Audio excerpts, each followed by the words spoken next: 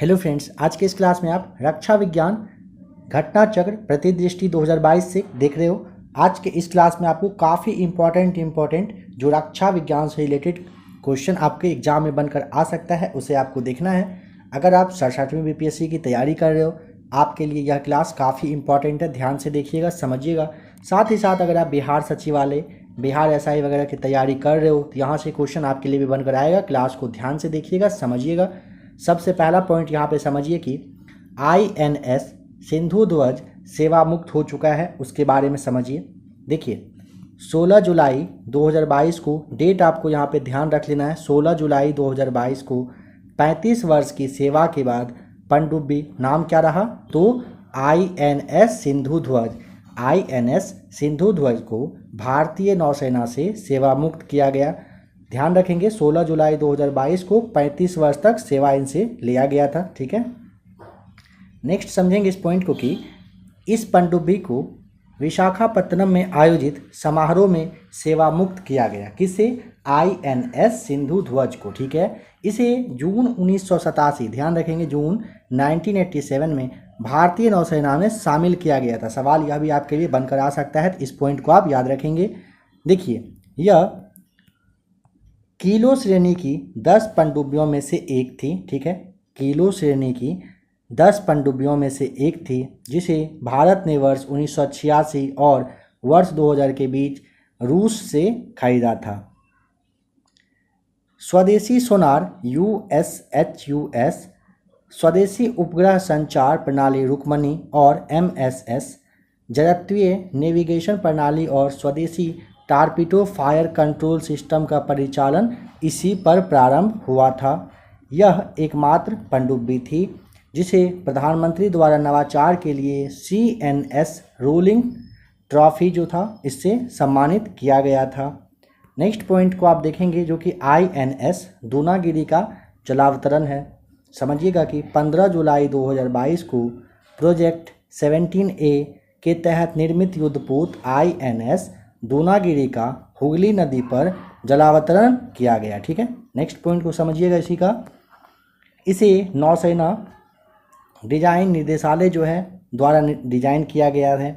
इस युद्धपोत का निर्माण कोलकाता में garden rich ship builders and engineers जो लिमिटेड है इसके द्वारा किया गया है। पूछेगा किसके द्वारा? तो कोलकाता में garden rich ship builders and engineers limited के द्वारा, जिसे आप शॉर्ट में GRSE कहते हो, इसके द्वारा इसका निर्माण किया गया है। ठीक है, देखिए दूनागिरी जो है P-17A के तहत निर्मित युद्ध पोतों की श्रृंखला का चौथा नंबर का ये पोत है। इसका नाम उत्तराखंड राज्य में स्थित एक पर्वत श्रृंखला के नाम पर रखा गया है। ठीक है, P-17A के तहत निर्मित युद्ध पोत प्रोजेक्ट 17 यानी कि शिवालिक श्रेणी के अंतर्गत निर्मित युद्धपोतों के उत्तरवर्ती हैं ये।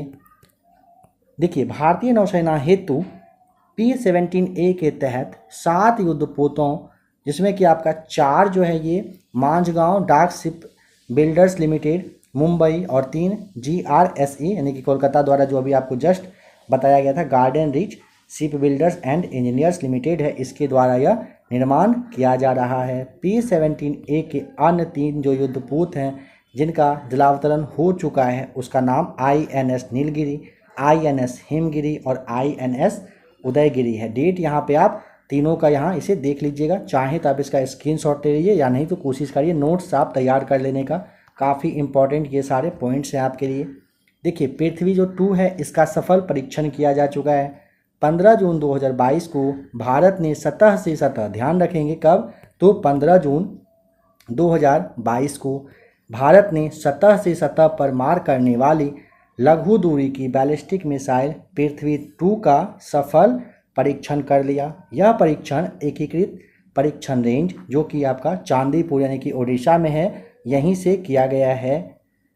देखिए परीक्षण इस मिसाइल का रात्रिकालीन परीक्षण था। ठीक है, पृथ्वी जो 2 है मिसाइल का प्रथम परीक्षण 27 जनवरी 1996 को किया गया था। अगर इसके बारे में पूछेगा कि पृथ्वी 2 का जो है ना मिसाइल जो है इसका पहला जो परीक्षण कब हुआ था, आपको बताना है कि 27 जनवरी 1996 को, ध्यान रखेंगे 27 जनवरी 1996 को, और अभी जो है आपका 15 जून 2022 को इसका सफल परीक्षण किया गया है। पृथ्वी-2 एक स्वदेशी मिसाइल है। यह सतह से सतह पर मार करने वाली लघु दूरी की बैलिस्टिक मिसाइल है। पृथ्वी-2 मिसाइल का जो अगर पूछेगा रेंज कितना है तो 250 से लेकर के 300 किलोमीटर के बीच में इसका रेंज है। किसका? पृथ्वी-2 यानी पृथ्वी सेकेंड का। यह मिसाइल 500 से 1000 किलोग्राम तक पेलोड ले जाने में सक्षम है। कौन? पृथ्वी-2। चलिए आइए अब देखिए अग्नि-4 का जो सफल परीक्षण हुआ है। डेट आपको ध्यान रखना है 6 जून 2022 को, ठीक है, 6 जून 2022 को ओडिशा स्थित डॉक्टर APJ अब्दुल कलाम द्वीप, ठीक है, पूर्व में से आप व्हीलर द्वीप के नाम से जानते थे, इससे नाभिकीय सक्षम बैलिस्टिक मिसाइल अग्नि-4 का सफल परीक्षण किया जा चुका है। अग्नि-4 का यह परीक्षण सेना के सामरिक बल कमान के द्वारा किया जाने वाला प्रयोगता ये परीक्षण का भाग था, ठीक है। चलिए इसका और नेक्स्ट पॉइंट आप देख लेंगे। द्विचरणीय अग्नि-4 मिसाइल का यह 8वां परीक्षण था। ध्यान रखेंगे किसका? अग्नि-4 का ये 8वां परीक्षण था। इस मिसाइल की विगत परीक्षण जो है ना, पिछला जो परीक्षण है वो 23 दिसंबर 2021 को किया गया था, ठीक है। कब किया गया था? तो 23 दिसंबर 2021 को। स्वदेशी तकनीक से विकसित अग्नि-4 मिसाइल की लंबाई 20 मीटर और वजन 17 टन है। सतह से सतह पर मार करने वाली इस मिसाइल की मारक क्षमता अगर पूछेगा तो लगभग 4000 किलोमीटर है। किसका? अग्नि-4 का। नेक्स्ट है कि यह जो मिसाइल है ठोस ईंधन प्रौद्योगिकी द्वारा संचालित होता है। चलिए अब आप देखेंगे INS निशंक और INS अक्षय सेवा मुक्त हुआ है, इसके बारे में समझिए। 3 जून 2022 को INS निशंक को सेवा मुक्त किया जा चुका है। साथ ही INS अक्षय को भी सेवा मुक्त किया गया। दोनों कारवेट को ना मुंबई महाराष्ट्र स्थित जो नेवल डॉकयार्ड है यहाँ पे आयोजित समारोह में सेवा मुक्त किया गया। INS निशंक के बारे में समझेंगे कि यह वीर श्रेणी के कारवेट की श्रृंखला का चौथा पोत था। INS निशंक को सितंबर 1989 में भारतीय नौसेना में शामिल किया गया था। INS अक्षय को समझेंगे। यह अभय श्रेणी के कारवेट का जो श्रृंखला है इसका ये तीसरा पोत था। अगर पूछेगा तो तीसरे नंबर का यह पोत था, ठीक है। इसे 10 दिसंबर 1990 को भारतीय नौसेना में शामिल किया गया था। दोनों पोतों ने अपने सेवा काल में कारगिल युद्ध के दौरान ऑपरेशन तलवार और ऑपरेशन पराक्रम सहित कई नौसैनिक अभियानों में भाग लिया।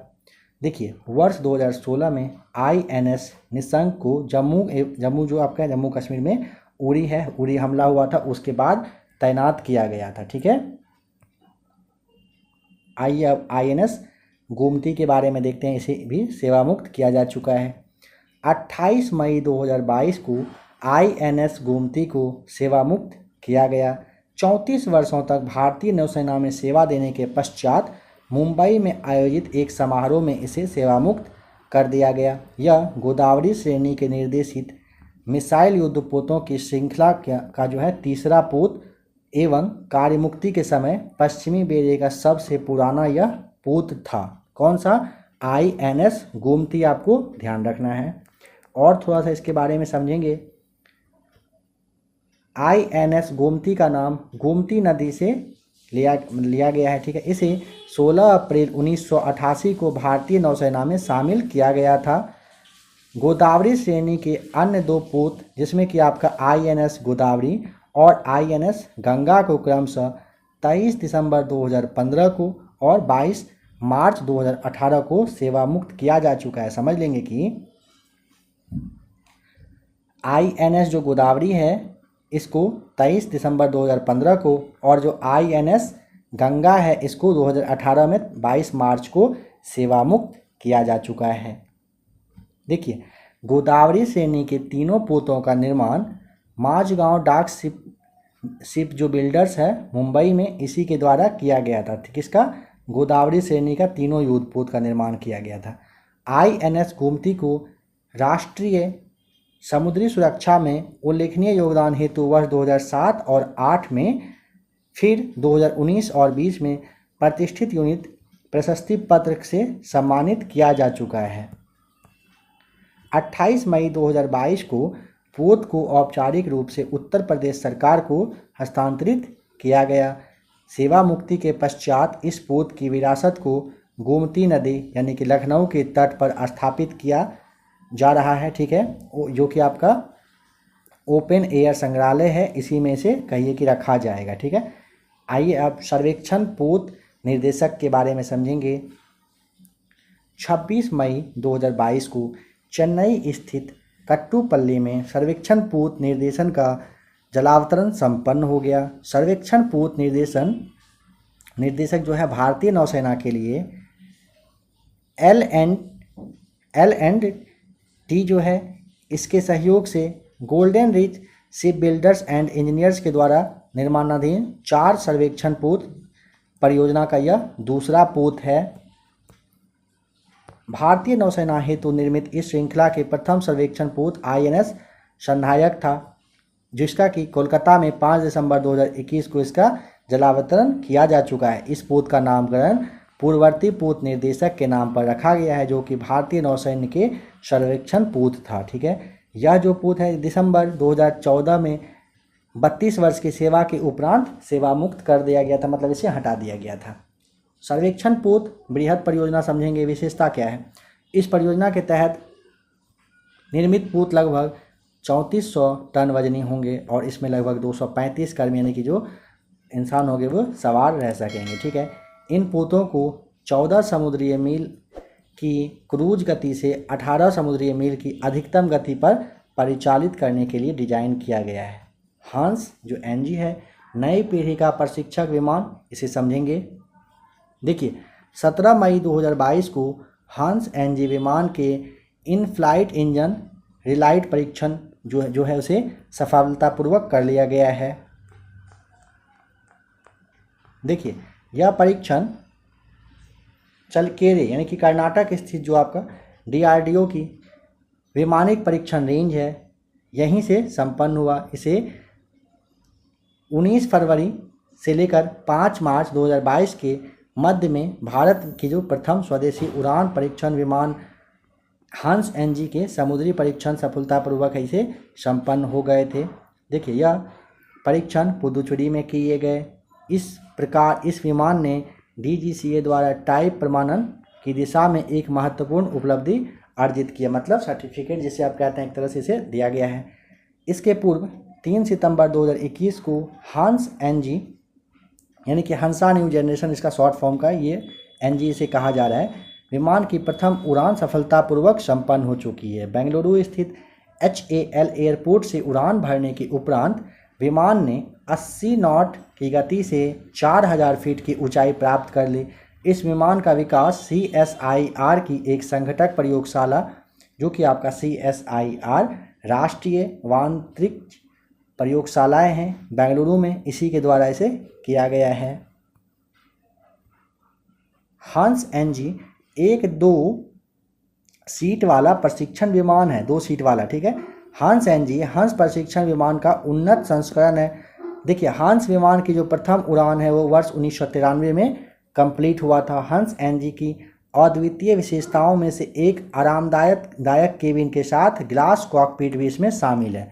देखिए गगन का जो उड़ान परीक्षण हुआ है इसे समझेंगे। 28 अप्रैल 2022 को भारतीय विमानपत्तनम प्राधिकरण के द्वारा गगन प्रणाली का सफलतापूर्वक उड़ान परीक्षण किया गया। यह उड़ान परीक्षण किशनगढ़ हवाई अड्डा जो कि राजस्थान में है, यहीं से किया गया है। किसका? गगन का सफल परीक्षण।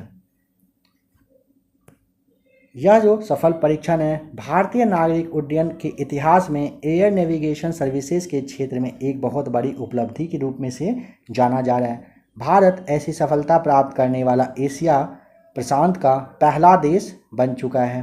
भारतीय विमानपत्तनम प्राधिकरण ने यह उपलब्धि गगन जो है, गगन आधारित कहिए कि LPVG जो है आपका है प्रक्रिया का उपयोग करके इसे प्राप्त किया है, ठीक है। देखिए नेक्स्ट है कि इंडिगो जो स्वदेशी नेविगेशन सिस्टम है गगन का उपयोग करने वाला विमान उतारने वाली देश की पहली एयरलाइन बन चुकी है। कौन पूछेगा तो आपको ध्यान रखना है, इंडिगो ध्यान रखेंगे, ठीक है।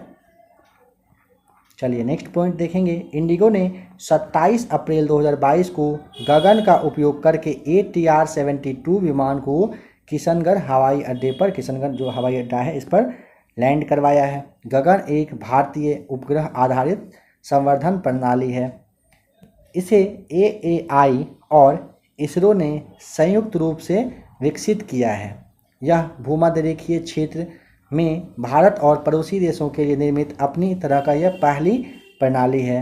वर्तमान में विश्व में केवल 4 उपग्रह आधारित संवर्धन प्रणालियां अवेलेबल है, ठीक है, जो इसमें कि आपका गगन आपके भारत के पास है, वाश अमेरिका के पास है, इग्नोस यूरोप में है और मसाज करके है जो जापान में है। देखिए ऊर्जा प्रवाह को समझेंगे। 22 अप्रैल 2022 को भारतीय तटरक्षक पोत जो आपका है ऊर्जा प्रवाह, इसको तटरक्षक बल में शामिल कर लिया गया। यह पोत तटरक्षक जिला मुख्यालय 4 यानी कि केरल और माहे में है के संचालन कमान के यह अधीन रहेगा। कौन? तो ऊर्जा प्रवाह 1.85 मीटर ड्राफ्ट के साथ 36.96 मीटर ये लंबा है। यह पोत 50 टन पोत ईंधन तथा 10 टन विमानन ईंधन वहन करने में यह सक्षम है। नेक्स्ट है INS वागसीर का जलावतरण हुआ है, समझिएगा। 20 अप्रैल 2022 को मुंबई स्थित मांझगांव डॉक शिप बिल्डर्स लिमिटेड ने स्वदेशी निर्मित पनडुब्बी INS वागसीर का जलावतरण किया है। किसने और कब? तो 20 अप्रैल 2022 को पनडुब्बी आपका INS वागसीर का जलावतरण किया गया है, ठीक है, जो कि आपका मुंबई में जो आपका मांझगांव डॉक शिप बिल्डर्स लिमिटेड है इसी के द्वारा निर्मित किया गया है। यह पनडुब्बी पश्चिमी नौसेना कमान के पनडुब्बी बेड़े का पार्ट रहेगा, ठीक है। कौन? तो INS वागसीर, ध्यान रखिएगा। INS वागसीर भारतीय नौसेना हेतु प्रोजेक्ट 75 के तहत निर्मित 6 पनडुब्बियों की श्रृंखला की अंतिम पनडुब्बी है। यह एक डीजल इलेक्ट्रिक संचालित स्टील्थ पनडुब्बी है। वागसीर का नामकरण सैंडफिश परिवार की एक मछली के नाम पर किया गया है। देखिए इसी नाम की एक रूस के द्वारा निर्मित पनडुब्बी भारतीय नौसेना में वर्ष 1974 से लेकर के 1997 के मध्य में क्या था? शामिल था।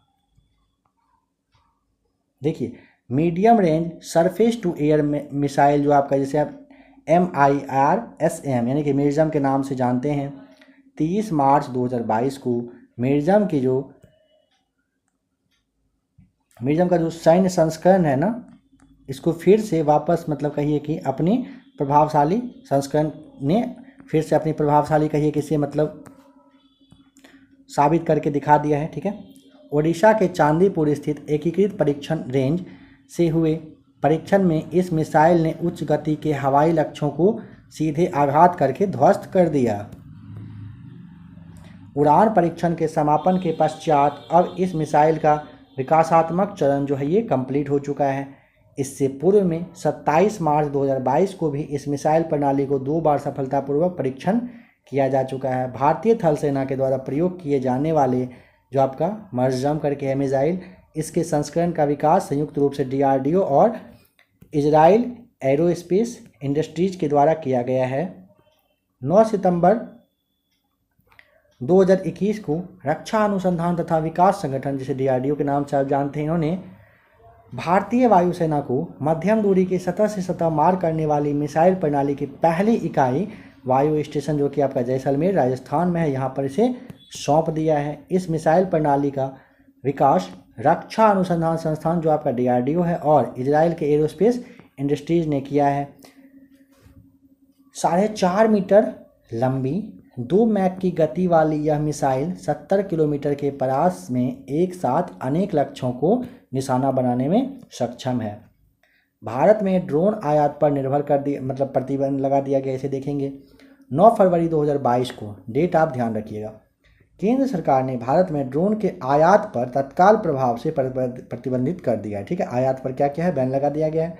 वाणिज्य और उद्योग मंत्रालय के अधीन विशेष व्यापार महानिदेशालय ने यह जो आदेश है जारी किया है। इस कदम का उद्देश्य ड्रोन के घरेलू निर्माण को बढ़ावा देना है।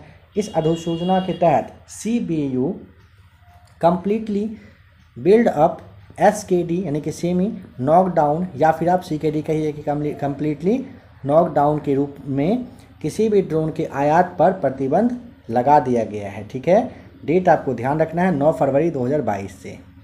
हालांकि निम्न संस्थान में जैसे में देखिए CBU SKD या फिर CKD है ना, प्रारूपों में ड्रोन के आयात की अनुमति होगी, जैसे कि सरकारी संस्था में, केंद्र या राज्य सरकार के द्वारा मान्यता प्राप्त शिक्षण संस्थान में, सरकार द्वारा मान्यता प्राप्त अनुसंधान एवं जो विकास संस्थान होगा, इन सब जगहों पर क्या होगा, इसको लाने के एक तरह से कहिए कि, और एक आपका है अनुसंधान, देखिए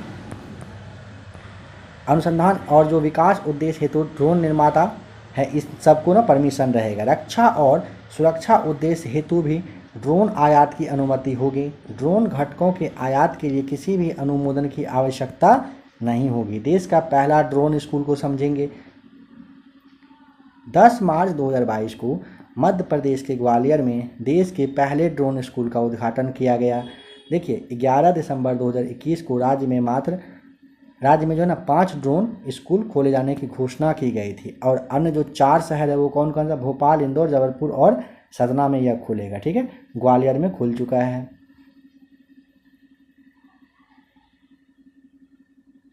पांचों का उद्घाटन हो चुका है, ध्यान रखेंगे। केंद्रीय बजट 2022-23 देखेंगे। ड्रोन उद्योग को प्रोत्साहन देने के लिए केंद्रीय बजट 2022-23 में 2 नई योजना ड्रोन शक्ति और किसान ड्रोन की घोषणा कर दी गई।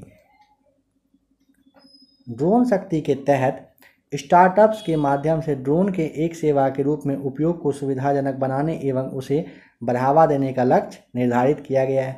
फसलों के मूल्यांकन, भू अभिलेखों के डिजिटलीकरण, कीटनाशकों एवं पोषक तत्वों के छिड़काव के लिए किसान ड्रोन का प्रयोग को बढ़ावा दिया जाएगा।